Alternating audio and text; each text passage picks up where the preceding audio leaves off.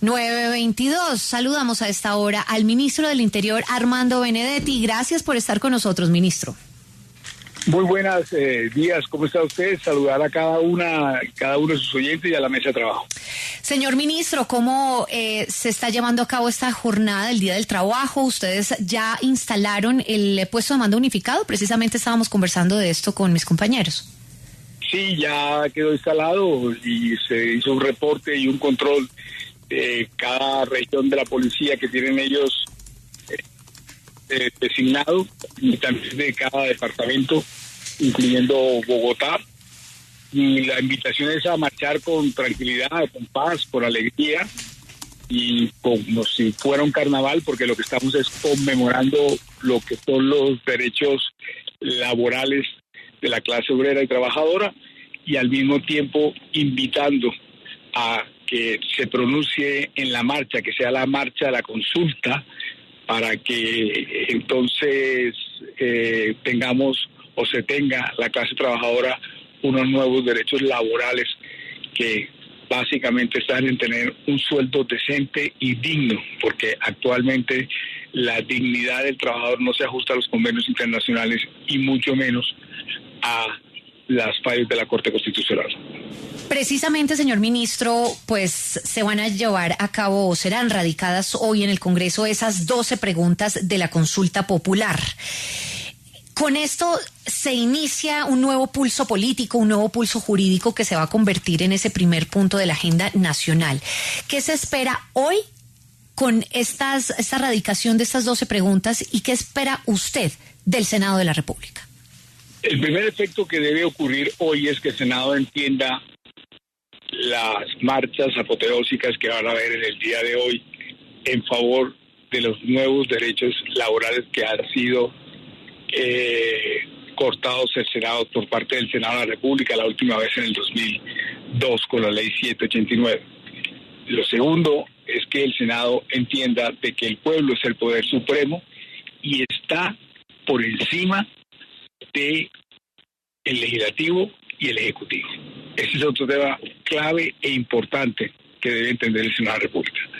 Yo no puedo decir que allá en el Congreso, en el Senado, hayan unas mayorías, pero soy optimista porque yo no entendería nunca o no me cabe en la cabeza de que alguien que es elegido por el voto popular le niegue al pueblo que se pronuncie y que se pronuncie sobre todo sobre derechos laborales, sobre que no le paguen el sueldo justo. Entonces, desde ese punto de vista, pues yo soy optimista, pero también entiendo de que puede haber personas mezquinas que traten solamente de hacerle daño o lastimar al presidente Petro y por ello se lleven a cientos de miles y millones de trabajadores. Entonces, pues veremos ojalá que tenga buena altura el debate y cesen un poco los insultos y el Senado vuelva a revivir, porque el Senado está muerto completamente. Yo estuve 20 años de congresista y usted ve que ahí todos los días levantan a las 5 de la tarde, nunca más volvieron a hacer debates de control político, nunca más han estado, ¿cómo explicarle? Nunca más se volvió a debatir leyes importantes, perdió cualquier protagonismo del Congreso de la República cuando todos ustedes, la prensa nacional, los principales actores políticos, ahí era el centro de cualquier discusión, debate y decisión. Ministro, pero el gobierno acá, y hablemoslo claro, pues se juega buena parte de su capital político en esta consulta. Necesita 53 votos para anotarse una victoria. De eso, ¿usted qué tan optimista está realmente? No se necesitan 53, se necesita una mayoría simple porque el Senado lo único que tiene que hacer es pronunciarse si sí o no le gustan las preguntas, se tramita como si fuera una proposición. Lo que pasa es que en eso usted tiene razón, porque de pronto hacen algo mezquino de sacar a los congresistas para que haya quórum, y tendría que usted estar seguro con 53 votos. Entonces, lo que le quiero significar es que no va a ser fácil. Yo cuando digo que sea optimista no quiero hablar de la palabra fácil, pero sí digo que soy optimista porque lo que es el ADN del Congreso es ser amigo del pueblo y no puede ir a pronunciarse en contra del pueblo sobre sus derechos laborales, de que le paguen un sueldo justo y además de eso de que no se pronuncie. Si eso llegara a pasar, estoy seguro que el Congreso, la próxima legislatura será renovada en un 80-90%, porque la gente los va a sacar de ahí. A eso es lo que se refería el presidente en la Plaza de Bolívar el último 18 de marzo. Sí, señor ministro, precisamente sobre el presidente de la República, usted ha hablado con él ya en estas últimas horas previo a la hora cero de la consulta popular. ¿Qué le ha dicho el presidente? ¿Cuál es ese optimismo? ¿Él también está optimista, así como usted nos lo ha dicho aquí, señor ministro? Sí, señor, él también está optimista. Él es el que ganó las elecciones con ese tipo de reformas sociales. Él fue el que propuso la reforma pensional, la laboral, la salud.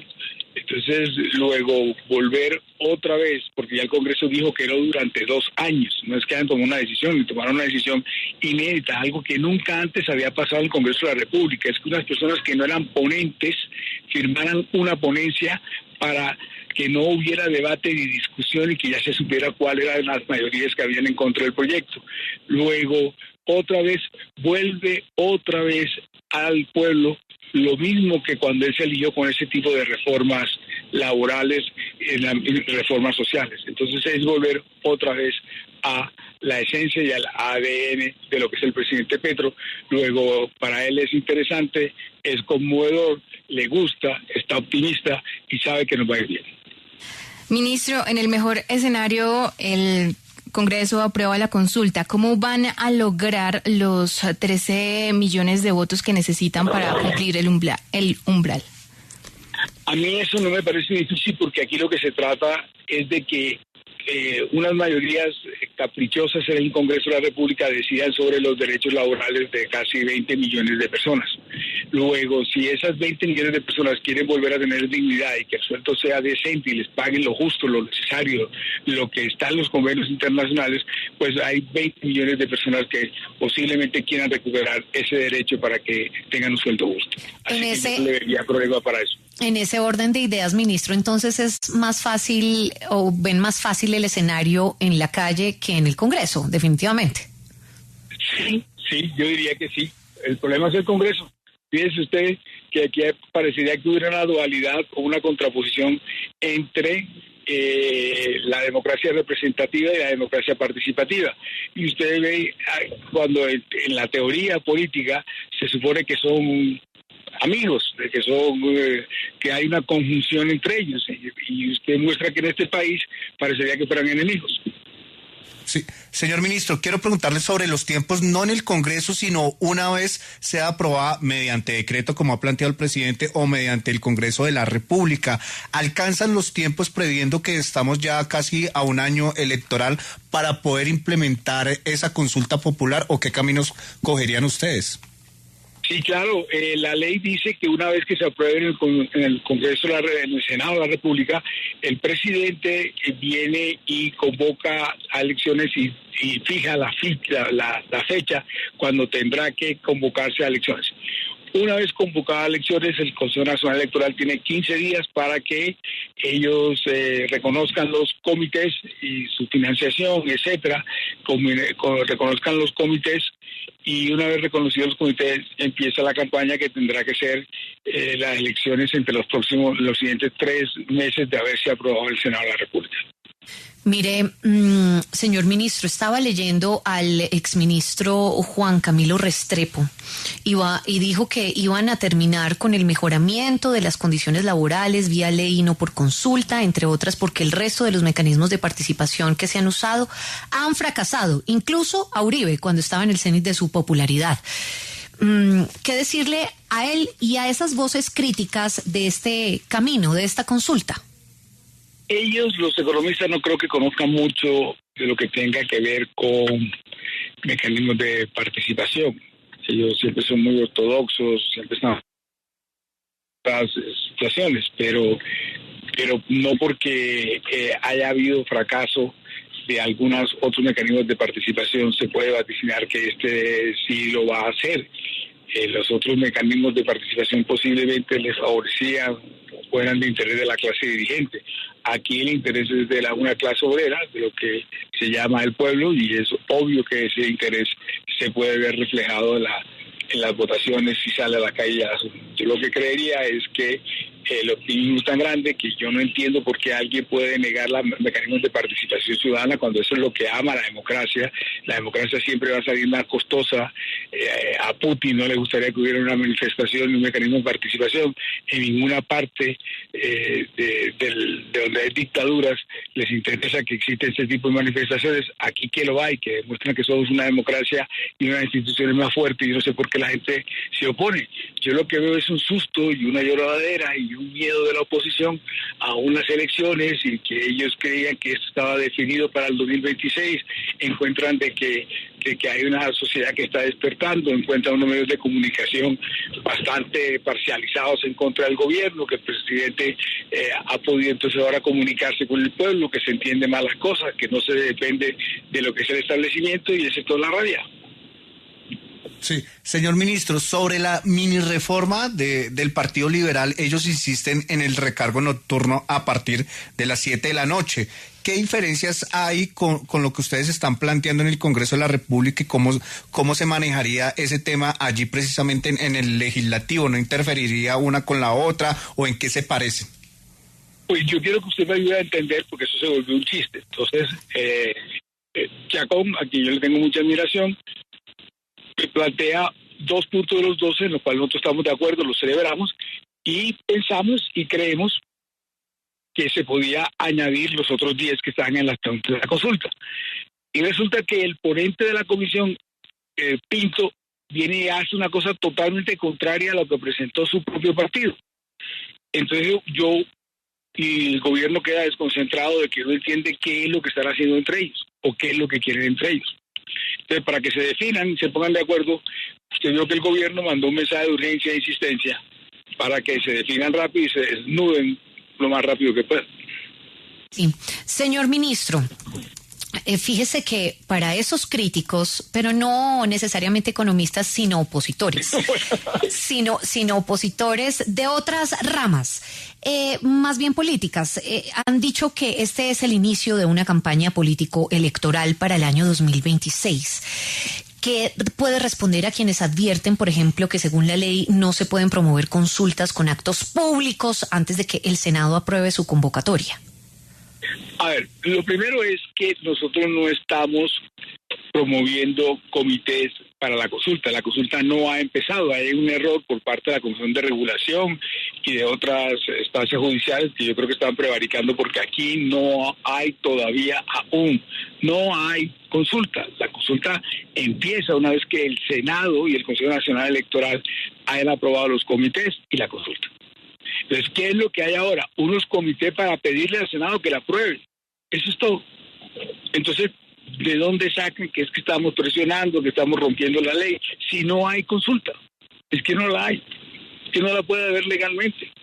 Entonces, repito, lo único que se está haciendo es eso, es diciéndole al Senado, señores del Senado, paren los bolas y aprueben la consulta del Senado. Eso es todo. Sí. ¿Qué es lo que va a pasar hoy? Sí. Señor ministro, sobre el gobierno que ha radicado un mensaje de urgencia para ese proyecto de reforma laboral del Partido Liberal, de la que hablaba José David, ¿qué opina usted de ese mensaje de urgencia? ¿Se necesitaba?